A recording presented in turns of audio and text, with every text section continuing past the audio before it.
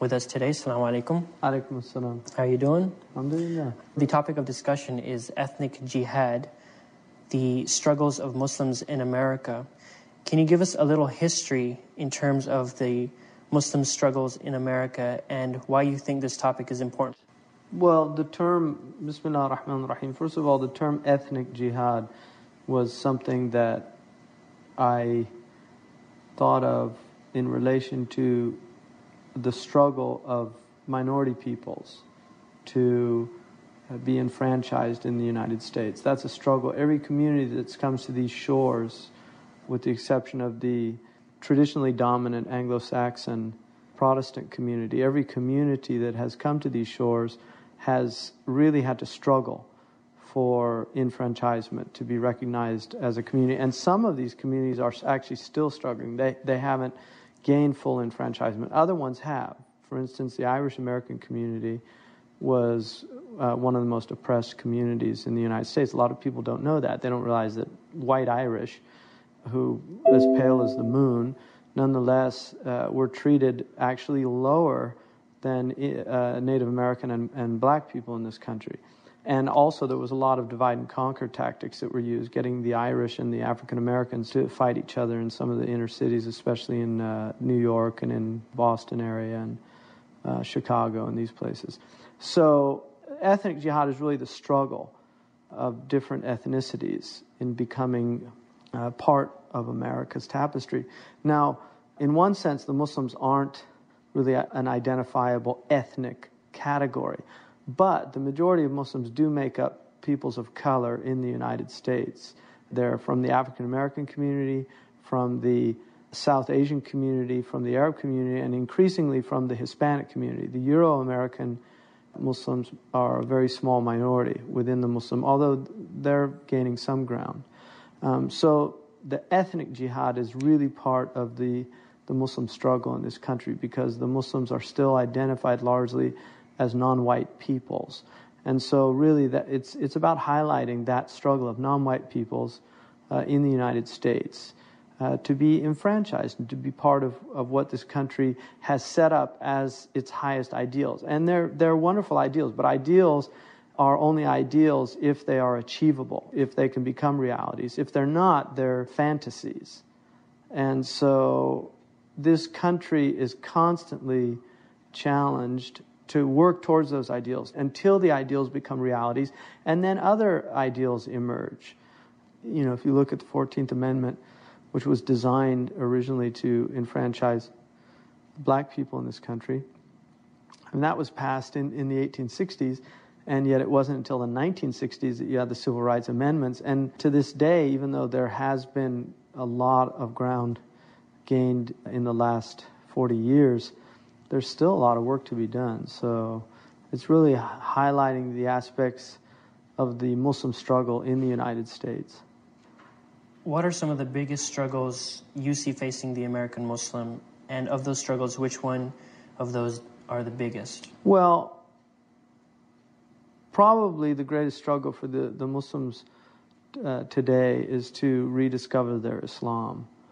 I mean, I would say that was the biggest challenge, because Muslims, I mean, there was a certain point, I was in a Muslim prep school in England, just visiting. I was giving a lecture there, and we were staying there for like a week, and I was in a room, and it was actually a Quranic. It was a school for Hifz al-Quran, and then they had academics, so it was like a Muslim private school, and we were moving some beds out, and under one of the beds, under the mattress, there were all these pornographic magazines. And I remembered really being shocked by that. But the more I thought about it, I just remembered my own experiences at a Catholic preparatory school where things like that were pretty common. So what it made me realize is just that for a lot of Muslims, their religion it's just what they were born into, and they haven't really taken it on as a serious commitment of faith.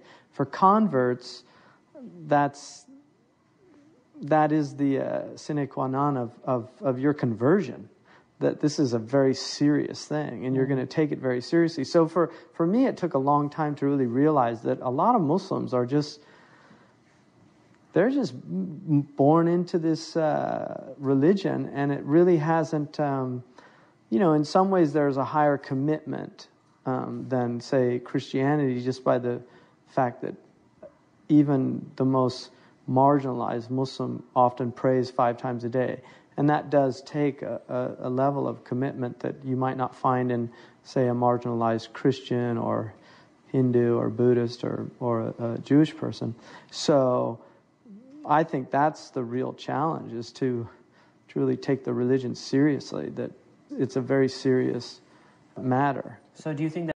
Well, obviously, if you become a Muslim, for me, when I became Muslim, I identified with North African Islam initially, and then later West African Islam. But then at a certain point I realized I can't identify with a cultural Islam, because I'm not a West African, I'm not a Mauritanian, I'm not a Moroccan, I'm from America, I'm from California. And so how then can I be a Muslim and still be what I am? And that took me a long time to come to that understanding.